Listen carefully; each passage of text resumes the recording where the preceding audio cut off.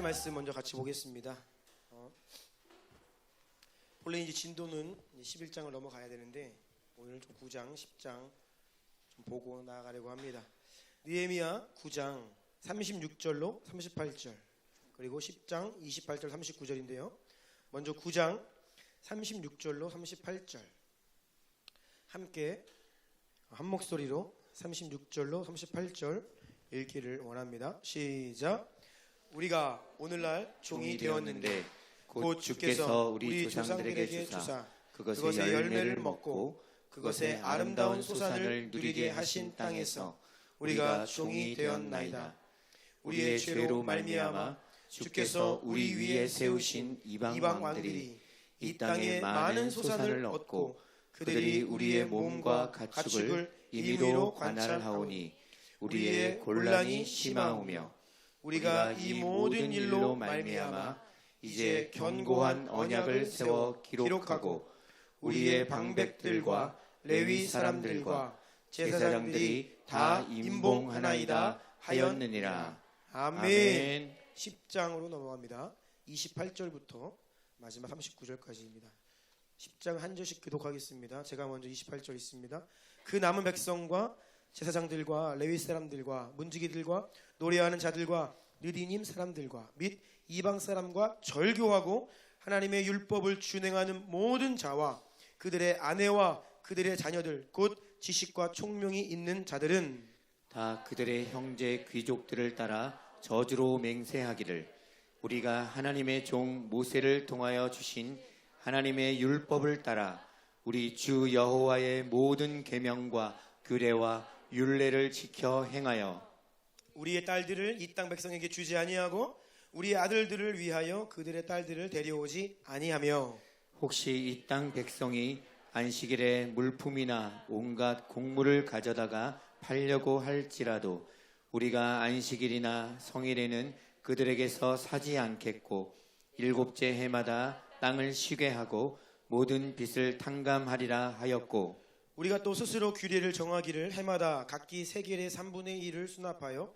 하나님의 전을 위하여 쓰게 하되 곧 진설병과 항상 드리는 소제와 항상 드리는 번제와 안식일과 초하루와 정한 절기에 쓸 것과 성물과 이스라엘을 위하는 속죄제와 우리 하나님의 전의 모든 일을 위하여 쓰게 하였고 또 우리 제사장들과 레위 사람들과 백성들이 제비 뽑아 각기 종족대로 해마다 정한 시기에 나무를 우리 하나님의 전에 바쳐 율법에 기록한 대로 우리 하나님 여호와의 제단에 사르게 하였고 해마다 우리 토지 소산의 만물과 각종 과목의 첫 열매를 여호와의 전에 드리기로 하였고 또 우리의 맏아들들과 가축의 처음 난 것과 소와 양의 처음 난 것을 율법에 기록된 대로 우리 하나님의 전으로 가져다가 우리 하나님의 전에서 섬기는 제사장들에게 주고 또 처음 익은 밀의 가루와 거제물과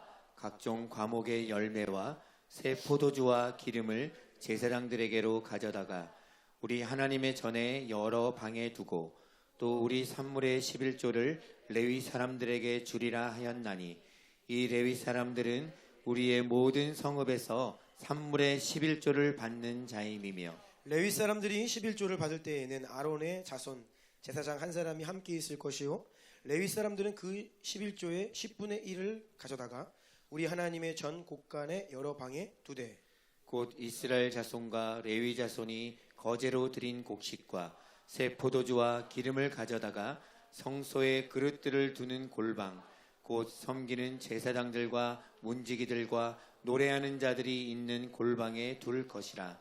그리하여 우리가 우리 하나님의 전을 버려두지 아니하리라. 아멘.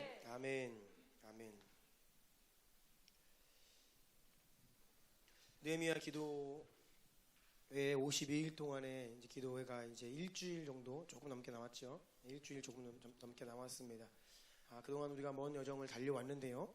하나님께서 은혜를 주셔서 불가능해 보이고 무모한 것 같았던 일들 우리가 함께 감당하면서 하나님이 우리 각자에게 또 공동체에게 주시는 은혜에 진심으로 감사를 드립니다. 이제 다음 주일까지 설교를 하면 느헤미야 메시지는 끝이 나게 됩니다. 오늘 계속해서 메시지 이어갑니다. 제목은 하나님의 언약 앞에 굳게 결단하고 서명을 해야 할 때입니다. 아멘. 하나님의 언약 앞에 굳게 결단하고 서명을 해야 할 때입니다. 이러한 제목으로 하나님 말씀을 나누기를 원합니다. 성벽이 세워지고 문짝이 달리고 이제 하나님의 사람 에스라가 느헤미야 곁에 함께 서서 이스라엘 백성들에게 하나님의 말씀, 율법을 선포하기 시작했습니다. 율법은 기록된 하나님의 말씀이죠. 기록된 하나님의 말씀. 이 율법은 이스라엘 역사 가운데 늘 그들과 함께 했지만 이제는 영적인 분위기가 이전과는 전혀 달라진 것을 우리가 느낄 수 있다라고 하였습니다. 하나님의 말씀을 대하는 백성들의 태도와 믿음이 완전히 변화된 것입니다. 모두가 수문학 광장 한 자리에 모였어요. 그리고 하루 온종일 일어서서 손을 들고 아멘 아멘 응답하고 몸을 굽혀 얼굴을 땅에 대고 통에 자복하며 하나님을 경배하는 일이 벌어지기 시작했습니다. 느헤미야 8장 12절 말씀 다 같이 읽어볼까요? 시작. 이는 그들이 그 읽어 들려준 말을 밝히 알미라. 밝히 알미라. 아멘. 선포되는 하나님의 말씀이 성령의 역사로 말미암아 이 백성들의 마음에 깨달아지기 시작하는 거예요. 백성들이 그 말씀이 깨달아지기 시작하니까 자신들의 죄악 또 하나님 앞에서 이 민족이 우리가 얼마나 패역하고 불의한지를 깨닫고 슬퍼 눈물을 흘리기 시작한 것입니다. 이것이 바로 선포되는 하나님의 말씀을 성령의 도우심으로 말미암아 밝히 알 때, 밝히 알아 그 말씀을 깨닫게 될 때에 우리 안에 일어나는 참된 회개의 역사입니다. 그런데 성령의 역사가 그 하루 만에 끝난 것이 아니라고 하였죠. 바로 그 다음 날입니다. 지금 읽은 8장 12절 바로 다음 날입니다. 이제 백성들의 리더십, 제사장, 족장들, 레위 사람들이 따로 모여서 하나님의 말씀을 더 깊이 알아야겠습니다. 더 알아야겠습니다. 라고 하는 열망을 가지고 학사 에스라를 따로 찾아갑니다. 느헤미야 8장 13절 읽어주세요. 그 이튿날 무 백성의 족장들과 제사장들과 레위 사람들이 율법의 말씀을 밝히 알고자 하여 학사 에스라에게 모여서 아멘. 아멘. 그런데 이렇게 그 하나님의 말씀이 선포되는 가운데 성령의 역사로 인하여서 사람들의 마음이 밝히 그 말씀을 알고 깨닫고 회개하며 반응하는 가운데 하나님의 섭리적으로 이때가 언제였냐? 이스라엘이 성경의 달력으로 7월이었어요. 7월이 어떤 달이냐? 매우 중요한 달입니다. 이어지는 14절 읽어주세요. 율법에 기록된 바를 본즉 여호와께서 모세를 통하여 명령하시기를 이스라엘 자손은 일곱째 달 절기에 초막에서 거할지니라 하였고 아멘. 이 7월은 초막절이 있는 달입니다. 그동안 이스라엘 백성들이 초막절을 잊고 살았어요.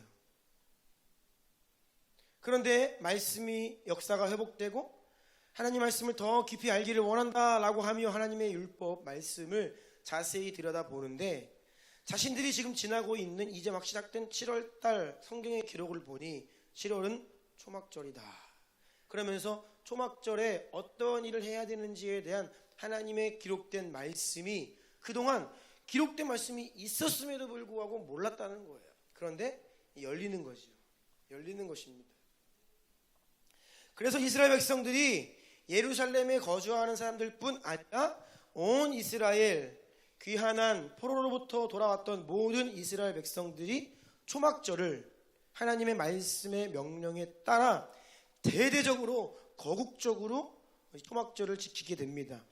8장 17절 18절 읽어주세요. 사로잡혔다가 돌아온 회중이 다 초막을 짓고 그 안에서 거하니 눈의 아들 여호수아 때로부터 그날까지 이스라엘 자손이 이같이 행한 일이 없었으므로 이에 크게 기뻐하며 에스라는 첫날부터 끝날까지 날마다 하나님의 율법책을 낭독하고 무리가 이레 동안 절기를 지키고 여덟째 날에 규례를 따라 성회를 열었느니라. 아멘. 아멘. 이스라엘 백성들이 이 시내산에서 하나님께서 이 모세를 통해 이 율법을 주시잖아요. 거기에 이제 초막절에 대한 내용이 이제 구체적으로 절기를 어떻게 지켜야 하는지, 특별히 초막절에 대한 내용이 시내산에서 그 모세가 받은 그 율법 안에, 토라 안에 이제 기록이 되어 있습니다. 그런데 이스라엘 백성들이 출애굽하여서 이 율법을 하나님으로부터 받고 40년 광야 생활 후에 가나안 땅에 들어가는 이때가 연도로 따지면 기원전 한 1400년 조금 이전이에요. 1400년경, 기원전 1400년경이라고 할 수 있습니다. 근데 지금 오늘 우리가 읽고 있는 이 느헤미야는 기원전 440년 정도예요. 그러면 무려 이 초막절에 대한 하나님의 말씀이, 명령이 이스라엘 백성들에게 주어진 지 약 1000년이 지난 때입니다. 1000년. 그런데 이 지난 1000년 역사상 되돌아보면 눈의 아들 여호수아, 가나안 땅에 들어가자마자 그 여호수아 때로부터 지금까지 1000년을 거슬러 올라가도 이스라엘 자손이 초막절을 이와 같이 하나님의 말씀에 따라서 정확하게 대대적으로 지켰던 적은 처음이었다. 이전까지 그런 적은 없었다라고 오늘 말씀에 기록되어 있는 거예요. 하나님을 가장 잘 섬기던 다윗 왕 때에도 이렇게 지키지 못했고, 잘 나가던 솔로몬 때에도 이 초막절을 이렇게 지키지 못했다는 것입니다. 여러분, 이 초막절이 단순히 잊혀졌던 초막절을 깨닫게 된 수준이 아니라 이전보다 더 온전한 차원으로, 이전에는 경험해보지 못했던 차원으로 회복이 일어난 것입니다. 이것이 중요해요. 물론 모여있는 수, 예루살렘 성벽, 예루살렘 성전, 그리고 지금 이스라엘의 나라의 상태를 보면 이전과 비교할 수 없을 만큼 초라해요.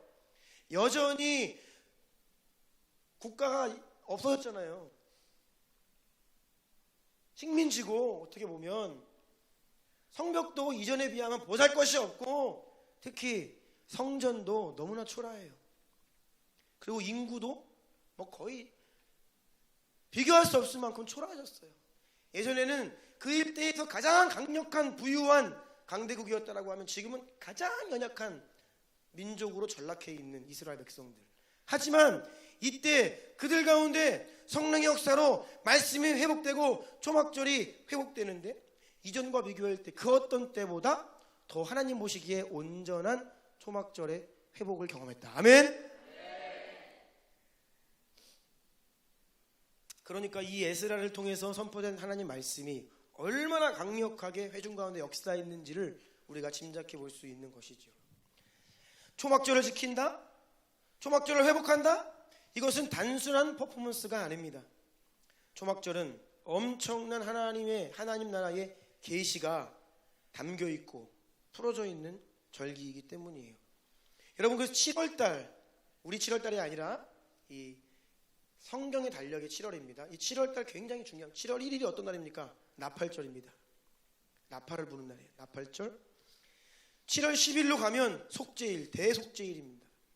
그리고 7월 15일부터 한 주일 동안 초막절이 이제 축제가 벌어지는데, 이렇게 7월은 이스라엘에게 가장 중요한 한 달이에요. 아니, 어떻게 초막절이 가장 중요합니까? 예수님께서 십자가를 달리신 6월절이 있고, 성령이 강림하신 오순절이 있고, 어떻게 초막절이 제일 중요해요? 초막절은 지금 말씀드린 이 6월절과 오순절을 다 포괄하고 이 총체적으로 모든 것들을 가지고 약속으로 나아가는 그런 총체적인 절기이기 때문에 초막절이 가장 중요한 절기입니다. 자, 6월절을 보면 6월절 어떤 날입니까? 이스라엘 백성들이 430년 이집트에서 비참하게 노예 생활하던 이 바로의 압제로부터 구원받은 날이잖아요. 바로가 막 버팁니다. 완고하게. 그러자 하나님께서 모세를 통하여서 10가지 재앙들을 내리시고 결국 마지막 10번째 재앙이 장자의 죽음, 모든 처음 난 것의 죽음. 엄청난 죽음입니다. 그 이집트 땅의 가축들까지도 처음 난 것들은 다 그날 밤에 죽었어요. 코로나가 닥쳐오니까 한창 올 봄에 그 코로나 환자들 그 이 사망자들 이렇게 감당하지 못할 때 중국, 유럽에서 들려온 소식들 보면 막 거리에 시체가 있다 막 그랬죠. 감당할 수가 없으니까 아마 이집트가 집집마다 거리마다 가축들로부터 사람들의 시신들이 그냥 가득했을 거예요. 어마어마한 통곡과 눈물이 한 가정도 예외 없이 모든 가정 안에 통곡이 있던 날이 바로 이 6월절이었죠. 하지만 이스라엘 백성들은 어린 양의 피를 힘입어 그 엄청난 죽음의 저주로부터 면제받고 이집트에서 해방된 날, 이것이 6월절이죠. 그래서 우리는 6월절 어린 양 예수 그리스도의 십자가를 기억하는 것입니다. 그런데 이 6월절은 과거의 일이에요. 2000년 전에 십자가 위에서 예수 그리스도께서 행하신 일입니다. 이미 다 이루어 놓으신 일입니다. 그것을 우리가 지금 누리고 있고 기억하는 날이 바로 6월절. 오순절은 어떤 날입니까? 홍해를 건너 이제는 시내산에 이르러서 율법을 받은 날이 오순절이고, 구약에서는 율법을 내려받았어요. 신약에서는 성령을 내려받은 날이에요. 이게 오순절입니다. 하나님께서 율법을 주는 것은 무엇입니까? 너희들은 이제 그냥 살지 말고 이 말씀을 따라 순복하며 세상과 구별되어 하나님의 백성으로 살거라. 아멘. 그래서 이 오순절의 의미는 뭐예요? 말씀을 붙잡고 살아가는 오늘 현재 여기에서 의미가 있는 거예요. 내가 오늘 하나님의 말씀을 기억하며 내 마음을 새기며 그 말씀에 순복하며 살아가야 되죠. 그런데 이 반복적으로 이것을 순종하지 못하고 주님을 떠나고, 그러니까 오순절에 성령을 보내신 거예요. 왜요? 말씀을 지켜 행할 수 있도록. 아멘. 그래서 이 오순절도 굉장히 가치 있고 귀한 날인데, 이것은 지금 현재의 의미가 있죠. 우리에게 말씀이 있고 우리와 함께 하시는 성령으로 인하여서 오늘도 고백처럼 날마다 주와 함께 한 걸음 한 걸음 성령을 힘입어 말씀을 따라 살아가야 합니다. 네, 이것이 바로 오순절의 의미예요.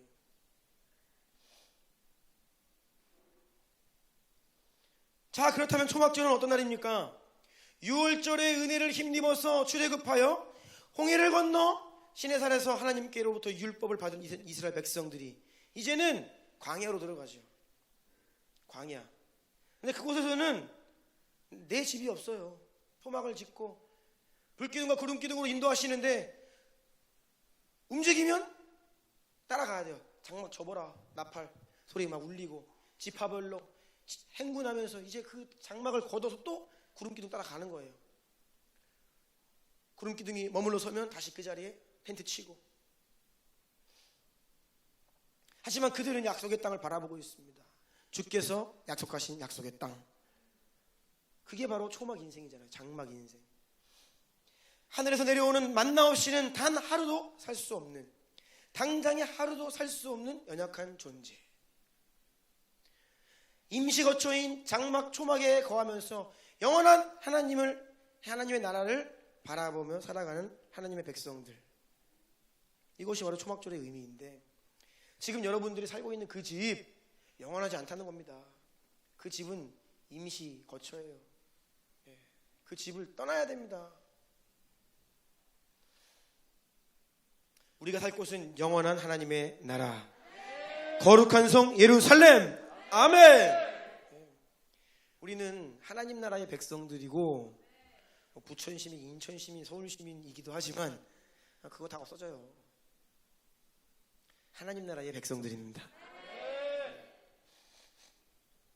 그런데 그날이 언제 돌아야 합니까? 바로 예수 그리스도께서 다시 오시는 그날. 아멘. 할렐루야. 근데 그날이 선교의 완성을 통해 오는 거예요. 이것이 너무나 심플한 하나님의 관심, 하나님의 부르심, 이 땅의 주의 백성들과 교회들이 오늘도 예배하고 살아가는 이유와 목적, 바로 여기에 있는 거예요.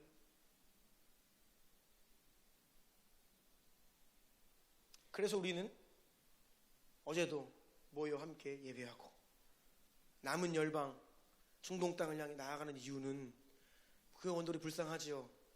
예수님의 이름이 없으면 불쌍하지요.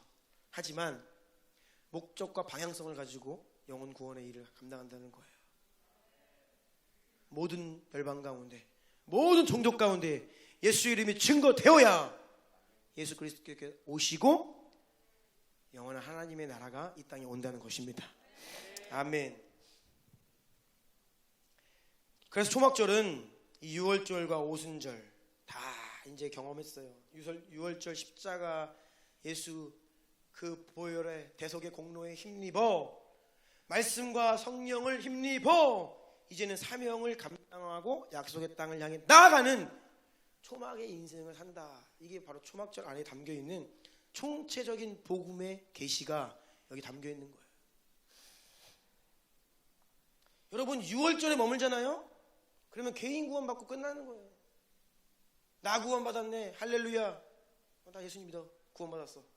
이 6월절에 머물면 개인 구원에 포커스가 되는 것은 6월절 안에 갇혔기 때문에. 더 나아가서 이제 오순절로 나아가잖아요. 그러면요 사람들이 또 오순절에 머물러 있으면 두 파로 나뉩니다. 말씀파와 성령파로 나뉘어요. 말씀하고 한쪽은 성령 하는데 또 거기에 머물러 있으면 뭘 위한 말씀입니까? 어떤 영광 보겠다는 말씀이에요. 성령이 오셨고 성령의 은사가 있고 능력이 있고 기적이 있는데 무엇을 위한 기적입니까? 초막절로 나아가지 않으면 결국은 이 땅에 번영주의로 그냥 가버려요. 그래서 이 은사주의들이 결국 끝자락이 번영주의로 가는 거예요. 주님 막 경험하고 은사들이 풀어지고 축복 막 그냥 그래서 잘 되고 땅에서 오래 살고 장수하고 그게 무슨 의미냐 있냐는 거죠. 그래서 우리는 6월절 오순절을 지나 초막절까지 가야 됩니다.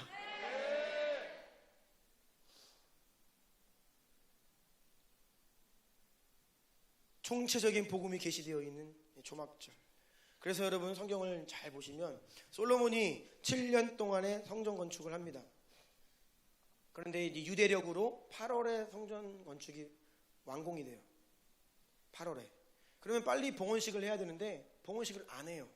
이듬해 1월에 6월절이 오죠. 6월절에 할 만도 한데 안 해요. 분명히 예루살렘에 백성들이 다 모였을 텐데 성전은 완공되어 있고 사람들은 다 모여서 6월절 절기를 지키는데 봉헌식을 안 해요. 오순절 가는데 또 안 해요. 언제 하냐?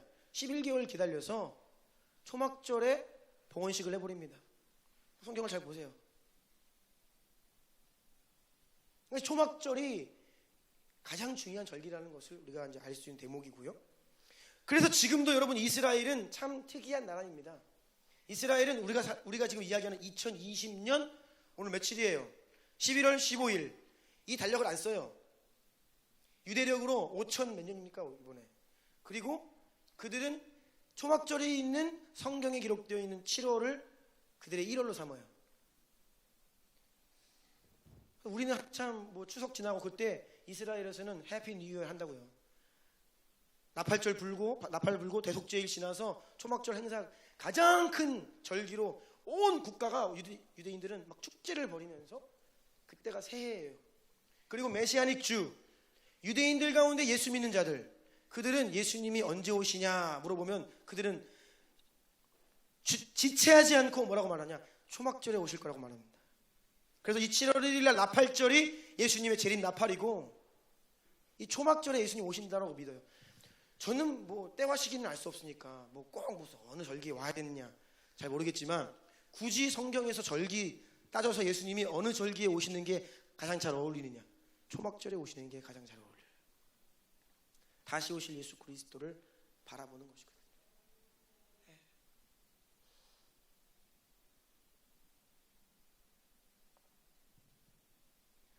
이러한 초막절이 유대인들 가운데 회복된다는 거예요. 느헤미야와 에스라를 통해서 백성들 가운데 잊혀졌던 초막절이 회복되기 시작했다는 거예요.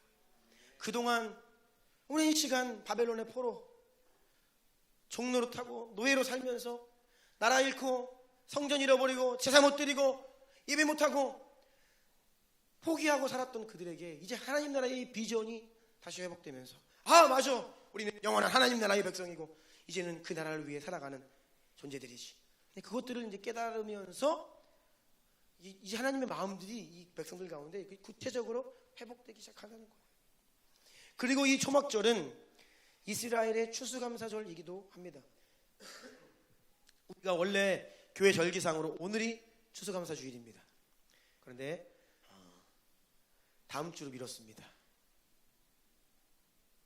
왜냐하면 우리 느헤미야 기도회의 마무리와 함께 다음 주에 좀 하나님께 감사의 주일을 보내기 위해서 다음 주로 한 주 미뤘습니다.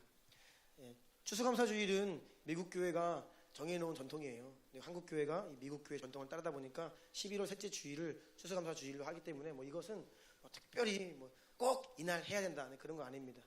다음 주로 해서 미뤘는데, 여러분 이 추수감사, 이 초막절이 추수감사절의 의미가 있죠. 하나님께서 우리 민족에게도 추수감사절에 참 귀한 유업을 주셨습니다. 추수감사주일이라고 하면 뭡니까? 한 해 동안에 열심히 농사짓고 주님께서 주신 풍성한 소출들에 감사하며 하나님께 추수에 감사하는, 수확에 감사하는 그런 주일이라고 할 수 있는데, 그런데 단순히 그러한 날이 아니라는 거예요. 제가 어린 시절부터 이 추수감사주일날 여러분도 찬송가 뭐가 떠오르세요? 네, 넓은들의 이근곡식 떠올라요. 그래서 제가 이 넓은들의 이근곡식의 원곡을 이제 추적해봤습니다. 한번. 이게 원래 추수감사절 노래가 아닙니다. 우리 한국 교회가 추수감사절에 그냥 이거를 그냥 부른 거지, 이게 추수감사절 노래가 아니에요. 한번 띄워주시겠어요? 가사를 한번 볼까요? 1절 넓은들의 익은 곡식 황금물결 뒤치며 어디든지 태양빛에 향기 진동하도다. 이거 보면 좀, 그런데 후렴 봅시다. 무르익은 저 곡식은 낯을 기다리는데 때가 지나가기 전에 어서 추수합시다. 농번기에 지금 들로 나가서 추수하라는 찬송가예요? 갑자기?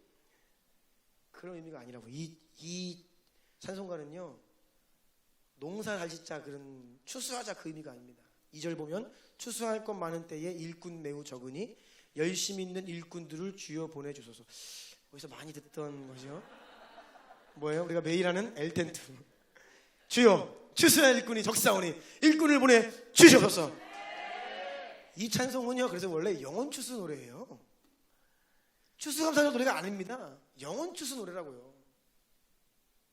4절 보세요. 거둬들인 모든 알곡 천국 창고 드린 후에 주가 베풀 잔치 우리 찬양해. 이게 뭐예요? 예수님의 재림입니다. 저는 어린 시절에 넓은 데 이근곡식 부르면서 이 의미를 몰랐어요. 알게 모르게 모든 한국교회가 이 추수감사절에 이 찬양을 부르는데, 이 찬송가를 부르는데, 이게 바로 초막절의 계시가 담겨 있어요. 여기 영혼들을 추수, 마지막 때는 추수의 날이거든요. 주님께서 그 계시록에 보면요, 두 가지 추수가 나옵니다. 네, 주님을 믿지 않던 자들이 다 거두어져서 어디로 갑니까? 네, 심판의 자리로. 믿는 주의 백성들은 다 추수되어서 영생의 하나님 나라로 거두어지는 장면이 나오는데, 주님께서 이 마지막 때는 추수의 때인데, 바로 이 넓은 들의 익은 곡식 추수감사절의 찬송이 바로 이 마지막 때 주의 다시 오시는 그때를 바라보며 하나님께 간구하는 찬송의 고백이었다는 것이죠. 이것이 바로 초막절의 영성입니다. 아멘. 마지막 때에 모든 주님의 몸된 교회들 가운데 이 초막절이 회복되어야 합니다. 아멘. 우리는 약속의 땅을 바라보며 잠깐 임시거처에 살고 있는 장막 인생임을 여러분 기억하십시오. 그리고 마지막 때에는 추수의 때입니다. 모든 열방이 주님께로 돌아오는 때예요.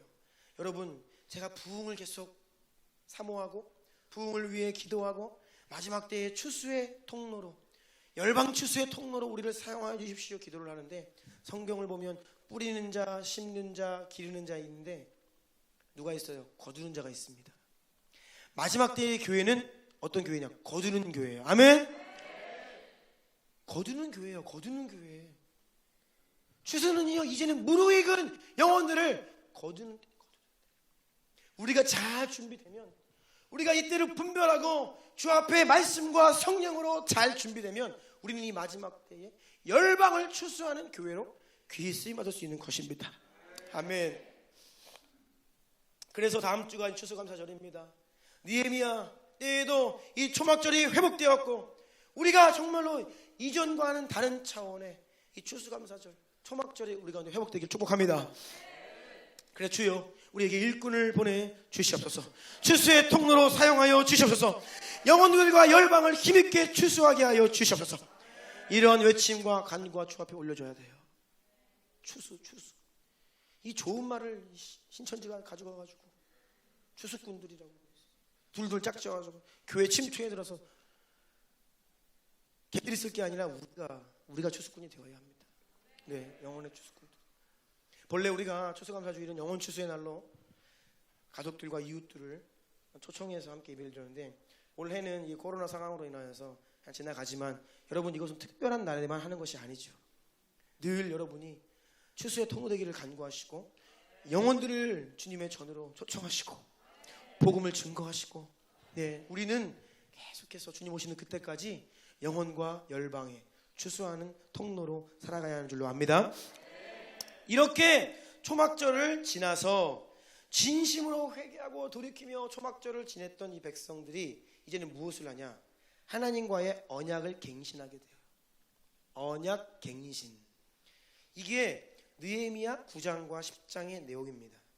여러분 언약이 무엇입니까? 언약. 우리 지지난 주였나요? 변집사님이 계약이 아니라 언약입니다. 맞죠? 네, 계약이 아니라 언약입니다. 말씀해 주셨는데 맞아요. 언약인데 만약에 하나님과 우리 사이가 여러분 계약 관계였잖아요. 그러면 우리는 이미 애시 당초에 다 파토나고 깨졌습니다. 우리는 다 이미 멸망받았어야 돼요. 왜요? 계약은 한쪽이 그 계약서상의 내용에 불성실하게 이행하고 계약의 내용을 깨뜨리면 그냥 찢어지게 되어 있는 거예요. 그 계약서는.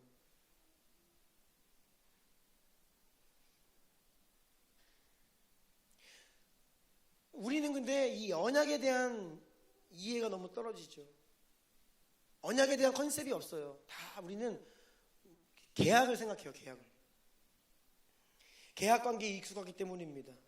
계약은 상호 계약서를 같이 쓰는데 누구 하나 쌍방 중에 누구 한쪽이 계약서상의 내용을 어기거나 잘못하면 깨어지는데 아무리 계약서에 두 사람 사인이 다 들어가 있고 도장까지 찍었어도 누가 한 사람이 그 계약을 어기면 깨져버리는 거예요.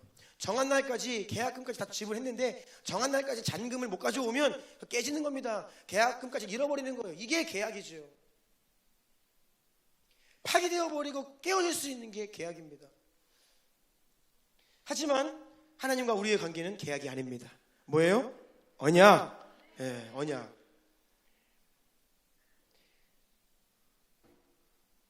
하나님께서 당신의 신실하심으로 긍휼과 자비하심으로 이 언약 관계는 참으세요. 기다리시고 결국 예수님 십자가의 보혈로 우리가 잘못해서 원래 계약이었으면 파기되어야 하는데 예수의 보혈로 덮으셔서 용서해 주시고 괜찮아 잘못했지만 용서해 줄게 회개하고 돌아와 다시 기회를 주시고 기다리시고 이게 바로 언약이에요. 언약.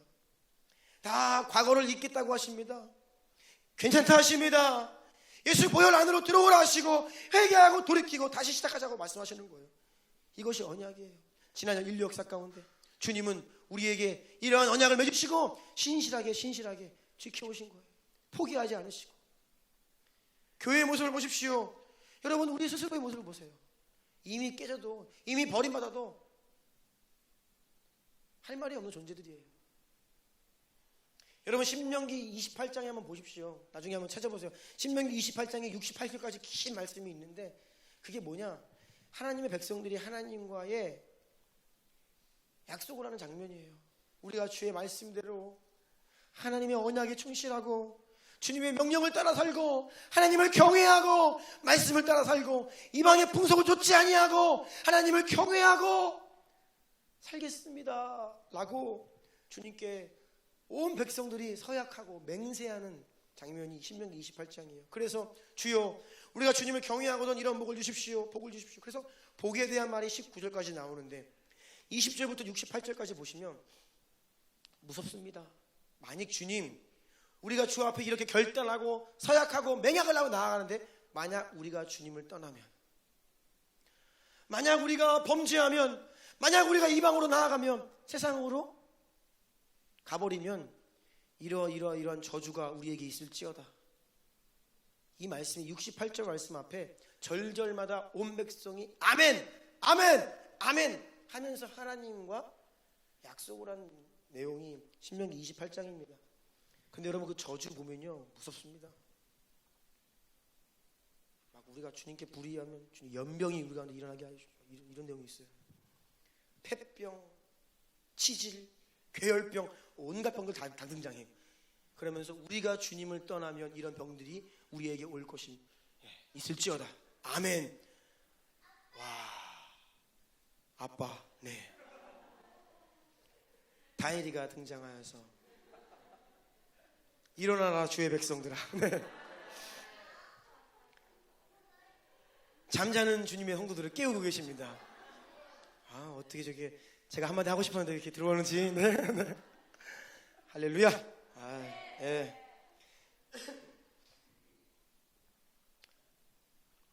이게 본래 하나님의 백성들이 하나님 앞에서 선포했던 거예요. 여러분, 복만 있는 게 아닙니다. 저주가 있어요. 저주가. 하나님이 세우신 공동체는 다 계약이 아니라 언약입니다. 인류 최초의 공동체 뭐예요? 아담과 하와 부부관계 언약입니다. 가족 언약입니다. 교회와 성도 언약입니다. 사람들이 다 계약인 줄 알아. 이 세대를 어떻게 해야 될까요? 계약인 줄 알아. 계약은 뭐예요? 누가 좀 잘못하면 이제 끝나는 거예요. 그래 끝이다. 이제는 아니다. 이게 계약이에요. 그런데 여러분 부부, 가족, 교회는 언약입니다. 아멘. 언약이에요. 언약.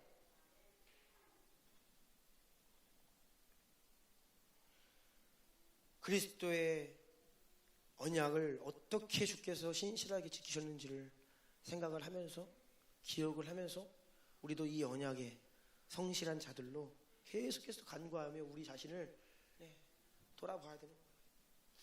여러분 예수님이 신랑이시고 우리가 신부인데 그래서 언약 관계예요. 그런데 여러분 우리가 얼마나 음란한 자들입니까? 우리는 부부관계를 보자면 정말 음란한 자들입니다. 주님과의 약속을 했지만 돌아서서 그 약속 잊어버리고 신실하지 못했고 외도하고 딴 눈을 팔고 두 마음을 품은 자들이 바로 저와 여러분 우리들입니다. 하지만 그럼에도 불구하고 주님께서는 우리를 참아주시고 인내하시고 기다리시고 우리가 회개하면 예수 보혈 덮으사 의롭다 칭해주시고 이전 일을 기억치 아니하신다고 하십니다. 주님께서 언약에 신실하셨기 때문에 오직 여호와 하나님께서 이 언약을 우리에게 주셨고 홀로 이 언약에 신실하셨기 때문에 우리가 지금까지 남아있는 것이에요.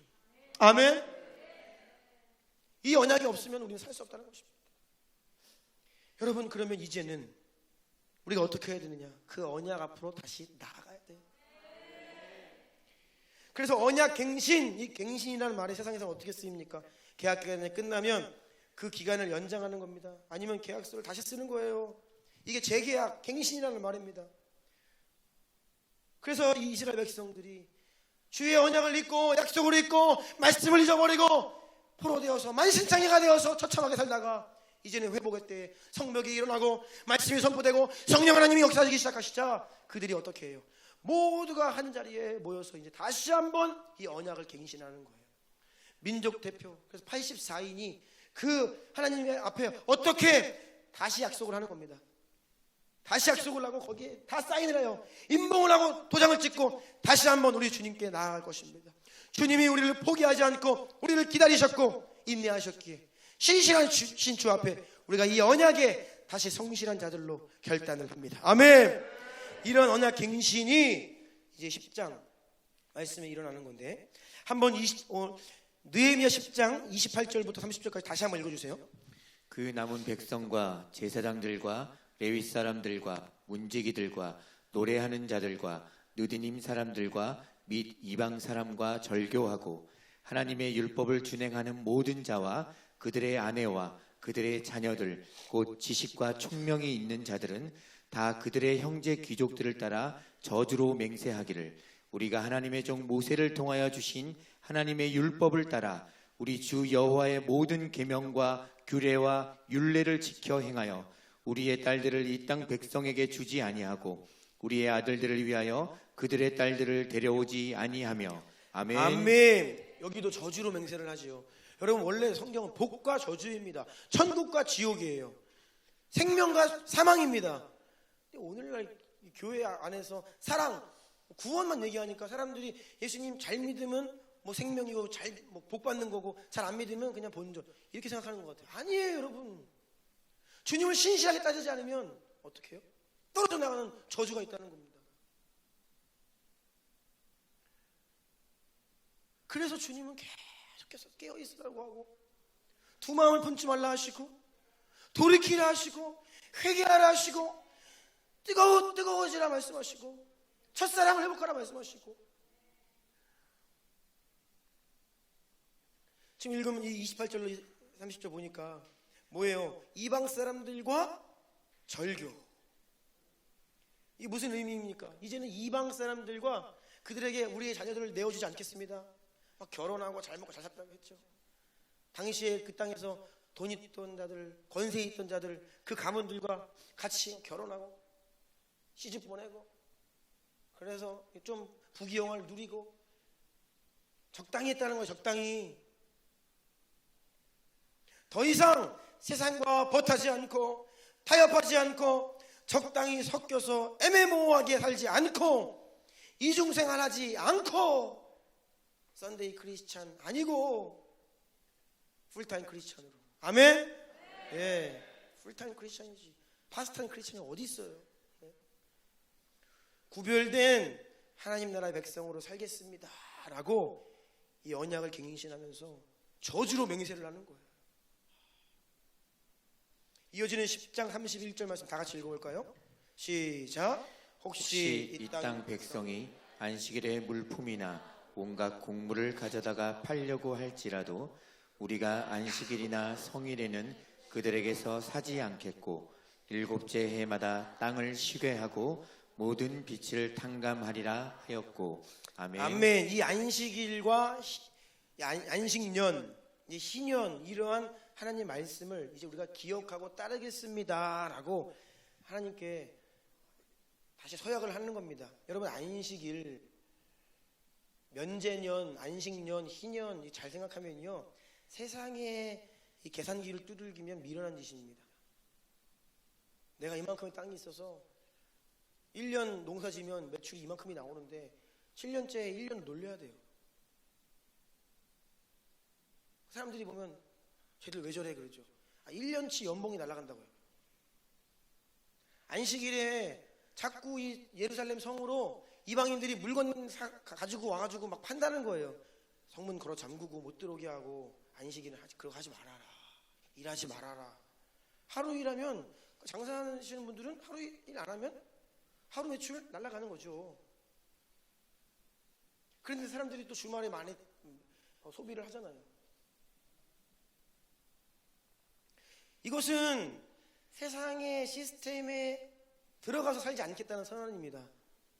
세상 시스템대로 우리가 휩쓸려 살지 않겠다는 거예요.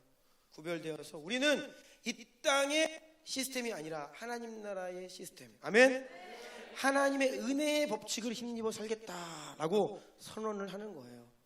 하루 일 안 하면 하루 매출이 줄어드는 것이 아니라 하나님께 신실하면 주께서 그것을 채워주신다. 아멘. 이 믿음을 가지고 살아가는 거예요. 계산기를 두드리지 않고 주님께서 말씀하신 것에 순종하며 살겠습니다. 우리가 이 안식일을 문자적으로 율법적으로 이제 다 폐했기 때문에 우리는 더 이상 이 안식일을 그렇게 바라보진 않지만 참 저는 오늘날의 이 안식일 중요한 것 같아요. 세상이 정신없이 돌아가잖아요. 그렇죠? 그런데 여러분 그 세계에 들어가서 한번 계속 살아보세요. 계속 돌아갑니다. 쉴 틈을 안 주고 집에 와도 마음을 쉴 틈을 안 줘요. 이게 바쁘게 돌아가는 이 스케줄이에요. 주님께서는 안식일을 왜 명령하시냐? 쉼을 주시기 위해, 회복을 주시기 위해. 그럼 여러분은 오늘날 뭐냐면 이게 여러분의 인생의 사이클 가운데 주님과의 시간 그거를 확보해야 돼요. 주님께로 나아오고 그 시간이 바로 세상의 법칙으로 보면 내가 손해보는 시간 같지만 하나님 안에서 안식하는 시간, 회복하는 시간, 공급받는 시간. 네, 하나님이 바쁘고 지친 일상 가운데에서 나에게로 나오라라고 초청하시는 게 바로 이 안식일에 대한 명령이에요. 그래서 여러분 이 세상의 바쁜 이 스케줄에 여러분의 인생이 끌려가는 것이 아니라 여러분이 하나님 앞으로 시간을 내어 나아가는 그런 인생이 되기 축복합니다. 네. 그리고 32절과 33절 이어서 다 같이 읽어볼까요? 시작. 우리가 또 스스로 규례를 정하기를 해마다 각기 세겔의 3분의 1을 수납하여 하나님의 전을 위하여 쓰게 하되 곧 진설병과 항상 드리는 소제와 항상 드리는 번제와 안식일과 초하루와 정한 절기에 쓸 것과 성물과 이스라엘을 위하는 속죄제와 우리 하나님의 전의 모든 일을 위하여 쓰게 하였고. 아멘. 아멘. 이것이 본래 구약에는 생명의 속전이라는 것이 있습니다. 하나님께서 인구를 조사해라라고 할 때 인구를 세는데 카운트를 해요. 한 명, 두 명, 지파별로 이제 인구를 조사하는데 인구 조사할 때마다 한 사람이 반세겔씩 생명값을 냈어야 돼요. 그것은 뭐냐? 내 생명. 이제 계수되었잖아요. 살아 있습니다. 하나님의 은혜로 살아 있습니다. 그래서 생명값으로 생명의 속전이라고 해서 이 반세겔을 인구 계수할 때마다 내게 되어 있었어요. 이것이 이제 신약 시대에 와서는 성전세가 됩니다. 1년에 한 번씩 반세겔씩 내어서 그것이 레위 지파 제사장들과 이 성전을 유지 관리 보수하고 예배하고 제사하는 데에 쓰이도록 이 성전세가 이제 다 내게 되어 있는데 이제 그것이 이제 회복이 되는 거예요. 박혜성 목사님께서 말씀하셨죠. 원래는 2분의 1 반세겔인데 3분의 1 수준으로 회복. 너무나 어렵기 때문에 당시 상황이 아마 3분의 1 수준으로 우리가 회복합시다라고 한 것은 아닐까 추정을 해본다라고 하셨죠. 그래서 3분의 1을 매년 내어서 하나님의 전을 위해 쓰게 했다. 하나님 나라를 위해 모두가 예외 없이 3분의 1 세겔을 내게 되어 있는데 여기에 어떤 원리가 있냐면 여기서 이 성전세는 부한 자들이라고 많이 내거나 가난한 자들이라고 내지 않거나 이게 아닌 거예요. 다 균등하게 내라. 모두가 함께 다 십시일반하여서 하나님의 나라를 세워나간다. 또 그런 의미가 있다는 겁니다. 그러니까 이 성벽 벽돌의 한 장 한 장을 우리 모두가 쌓아 올리는 그런 의미가 여기 있는 거예요. 여기. 한두 사람만이 아니라 여러분 모두가 다 하나님 나라를 위해 균일하게 헌신하고 쓰임받아야 된다는 것이죠. 제가 여러분 부탁드렸습니다. 2주 전에 특별히 나는 우리 교회에서 뭔가 섬길 특별한 것이 잘 떠오르지 않는다라고 하면 어떤 사명? 기도의 사명, 중보의 사명, 교회를 위한 중보의 사명. 정말로 보이지 않는 곳에서 하지만 가장 절실하게 필요한 중보의 사명. 감사해요. 이 코로나 때문에 우리가 모임을 하지 말라 그래서 예배 전 30분 전에 이렇게 기도해도 이제 안 하다가 오늘 다시 시작을 했습니다. 교회를 위해 기도하시고 예배를 위해 기도하시고 저를 위해 기도해 주시고 우리 예배팀을 위해 기도해 주시고 또 아파하는 성도들을 위해 기도해 주시고 이러한 이 중보의 사명들 누구 한두 명 할 것 없이 모든 성도들이 함께 주의 일들을 하나님 나라를 위해 감당해 가는 이 헌신의 회복이 일어났다는 것이죠. 이것을 주님께 서약한다는 거예요. 이어지는 34절입니다. 다 같이 읽습니다. 시작. 또 우리 제사장들과 레위 사람들과 백성들이 제비 뽑아 각기 종족대로 해마다 정한 시기에 나무를 우리 하나님의 전에 바쳐 율법에 기록한 대로 우리 하나님 여호와의 제단에 사르게 하였고. 아멘. 아멘. 주께서 제단의 불이 꺼지지 않게 하라 하셨잖아요. 아멘. 제단의 불이 꺼지지 않게 하라 하셨어요. 그렇기 때문에 제단의 불이 꺼지지 않도록 이스라엘 이 레위 지파 제사장들을 각기 이 반열로 나누어서 계속 로테이션으로 그 자리를 지키고, 그러면 불이 계속 타려면 뭐가 있어야 돼요? 땔감이 있어야죠. 그런데 여러분 번제단이 굉장히 큽니다. 그거를 24시간 365일 꺼지지 않게 계속 태우려면 많은 이 나무 장작이 필요한 거예요. 그래서 백성들이 각 가문별로 이 나무를 구해다가 공급을 하겠습니다. 왜요? 제단에 불이 꺼지지 않도록 하기 위해서. 이것을 또한 서약하는 것이죠. 어제 우리 예배팀 매일 보는 것 같아요. 그렇죠? 우리 예배팀 성도님들도 거의 요즘에 매일 보는 분들 계시고, 어저께 밤늦게 들어가면서 안녕히 들어가세요 하는데 곧 만날 것 같아서 이 인사하기가 좀 어색하더라고요. 왜냐하면 여기서 몇 시간 후면 또 보는데, 이 느헤미야 기도회를 지나면서 또 우리가 계속해서 매일매일 예배의 불을 지피고 있어요. 여러분, 예배자들은요 어떻게 보면 레위인들이라 할 수 있어요. 이들은 정말로 구별되어서 이 자리를 지켜내고, 그러면 성도들은 어떻게 합니까? 땔감이 되어서 각자에게 분량만큼 계속해서 그 나무를 공급하고, 여러분들 스스로가 예배자가 되어서 이 자리에 오시고 계속 이 교회의 예배의 불이 꺼지지 않도록 우리가 함께 이 일들을 감당해 가야 되는 것이에요. 불이 꺼지지 않는 교회는 소망이 있습니다. 근데 교회가 왜 언제 문제가 생겨요? 교회에 불이 꺼지냐, 불이 꺼지냐. 35절로 갑니다. 35절부터 37절 상반절까지 읽어주세요. 해마다 우리 토지 소산의 만물과 각종 과목의 첫 열매를 여호와의 전에 드리기로 하였고, 또 우리의 맏아들들과 가축의 처음 난 것과 소와 양의 처음 난 것을 율법에 기록된 대로 우리 하나님의 전으로 가져다가 우리 하나님의 전에서 섬기는 제사장들에게 주고, 또 처음 익은 밀의 가루와 거제물과 각종 과목의 열매와 새 포도주와 기름을 제사장들에게로 가져다가 우리 하나님의 전에 여러 방에 두고. 아멘. 여기에서 보면 처음 것을 하나님께 드리겠습니다 라고 서약을 하는 거예요. 본래 처음 것은 하나님께 드리게 되어 있습니다. 만물, 첫 열매, 맏아들, 처음 난 것, 처음 익은 밀의 가루, 이거 다 하나님 겁니다. 하나님 거예요.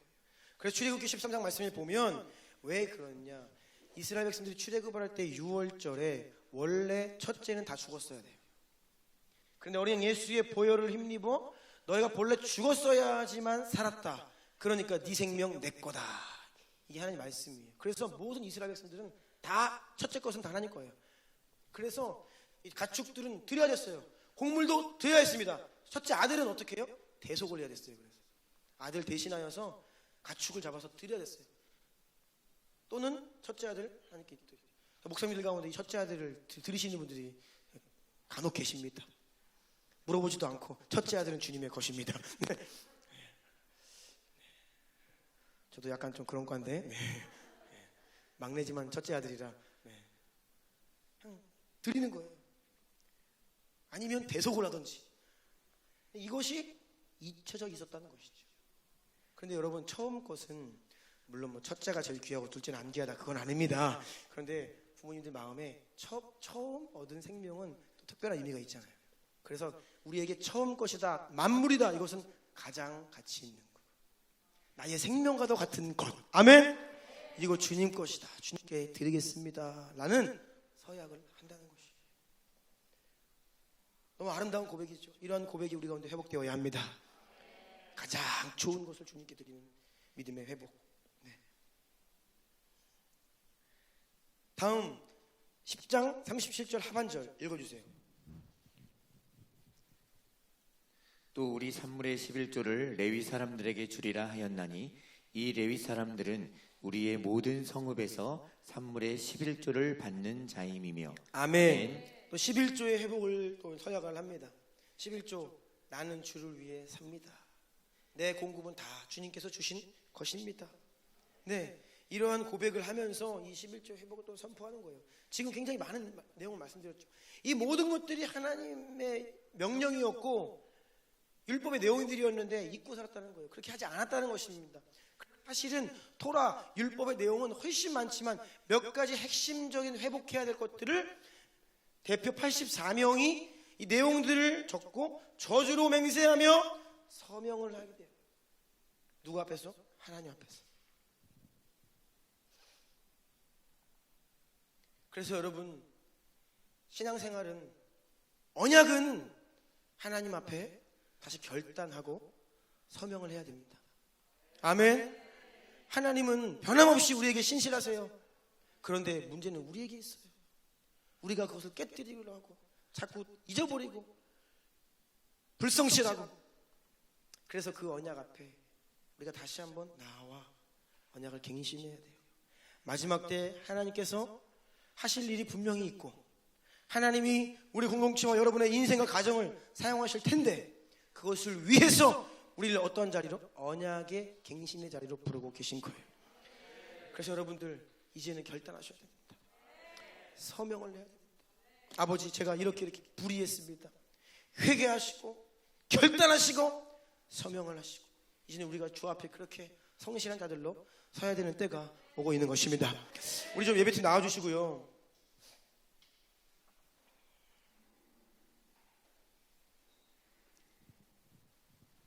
여러분, 하나님의 관심은 하나님 나라예요. 하나님 나라. 하나님은 그 에덴 동산에서 아담과 하나님이 온전히 그 하나의 연합을 이루시고,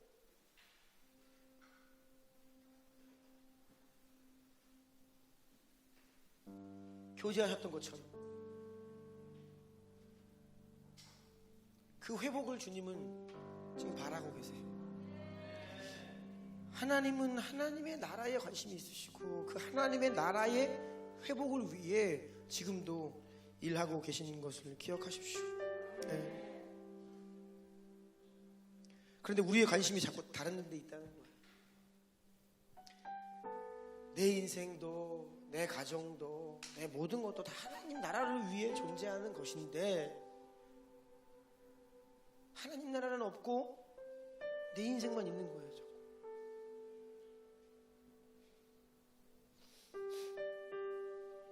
오늘날 왜 이렇게 인본주의가 횡행합니까? 하나님의 관심을 떠나기 때문이에요.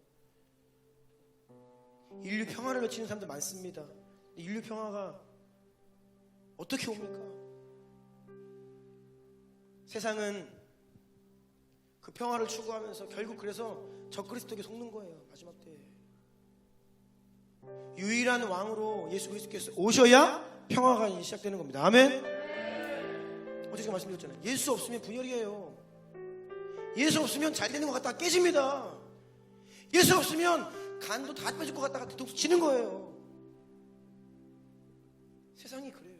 근데 사람들은 예수님 없이 그 일들을 추구해요. 어느 정도 되어 보이죠?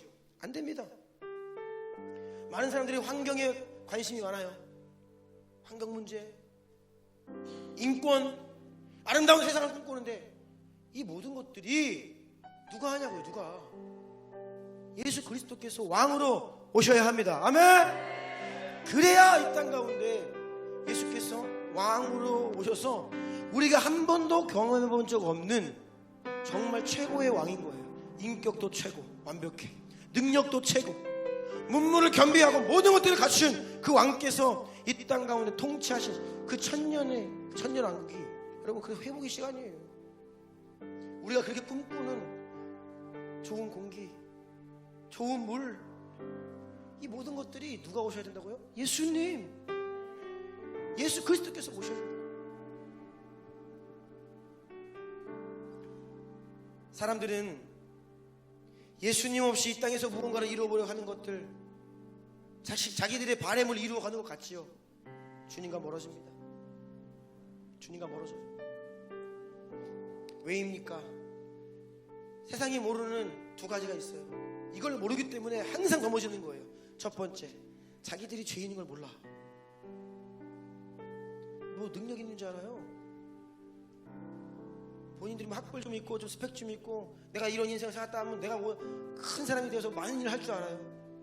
아니요. 그럼에도 불구하고 다 죄인입니다. 또 이 세상이 그냥 정상적인 상태가 아니에요. 공중 권세 잡은 자가 강하게 역사하고 있기 때문에 이런 것들을 우리가 알면 이게 쉽게 되지 않는구나 할 텐데 사람들은 그걸 몰라. 그러니까 이상적으로 생각하고 자기가 대단한 줄 알고 뭔가를 해보려고 그래요. 저는 우리나라 상황 보면서도 그걸 느끼는 거예요. 이 부동산 잡겠다고 많은 법들이 나오잖아요. 법이 문제가 아닙니다. 정부가 문제가 아니에요. 국민이 문제인 거예요. 사람들이요. 우리가 다 죄인이고 탐욕스러워. 그러니까 아무리 머리를 써서 전문가들이 방법을 고안해내고 대책을 세워도 이게 워킹하지 않아요. 왜입니까? 사람들이 약해서 그래요. 그런데 사람들은 모르죠. 미국도 대선이 있었고 우리도 이제 내년이면 대선이 있습니다. 여러분, 이 보수 진보 문제가 아니라고. 그동안 무슨 보수 세력들이 적폐 뭐 잡고 있어가지고 나라가 이모 옆구리다? 아니라고요. 진보가 잡으면 뭐 아니라고요. 보수 진보 문제가 아니에요. 그런데 사람들이 그걸 몰라. 예수로 해결되는 것이고 예수로 나아가야 되고 예수로 결론이 나야 되는데 자꾸 교회도 성도도 예수 없이 무언가를 하는 거예요.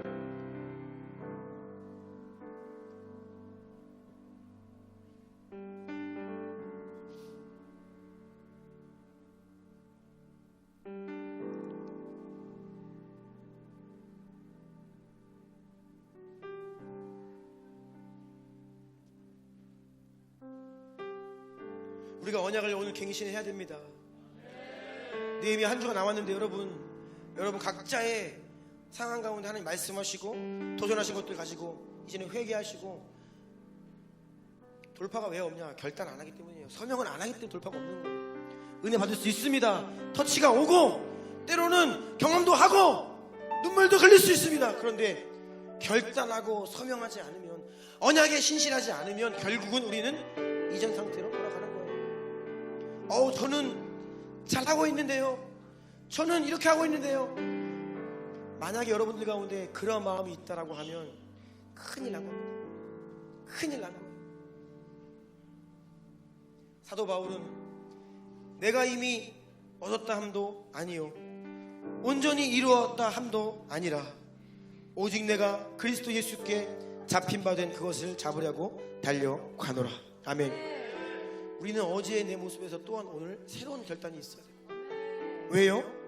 더 주님 사랑하기 원하고 더 주님을 닮기를 원하고 더 온전한 부흥의 통로가 되기를 원하기 때문이에요. 그래서 여러분, 오늘 말씀의 제목처럼 이제는 하나님의 언약 앞에 결단하고 서명을 해야 할 때입니다. 여러분이 하나님 앞에서 불의한 것이 무엇인지, 폐역한 모습이 무엇인지, 타협하고 있었던 것이 무엇인지를 하나님 조명해 주실 텐데 이제는 그것을 회개하고 결단하고 서명하십시오. 그러면 하나님께서 여러분의 인생을 새롭게 하실 것입니다. 새롭게 하실 것입니다. 우리 이 시간 한번 기도하겠습니다. 여러분 마음 가운데 좀 주님 주신 마음을 받으셔야 돼요. 돌아보시고 회개하시고 결단하시고 서명하기를 원해요. 작은 것이라도 주 앞에 우리의 마음을 겸비하여 우리가 정말로 마음으로는 주님께 무릎을 꿇고 엎드려야 됩니다. 무릎 꿇고 엎드려 주 앞에 서는 겁니다.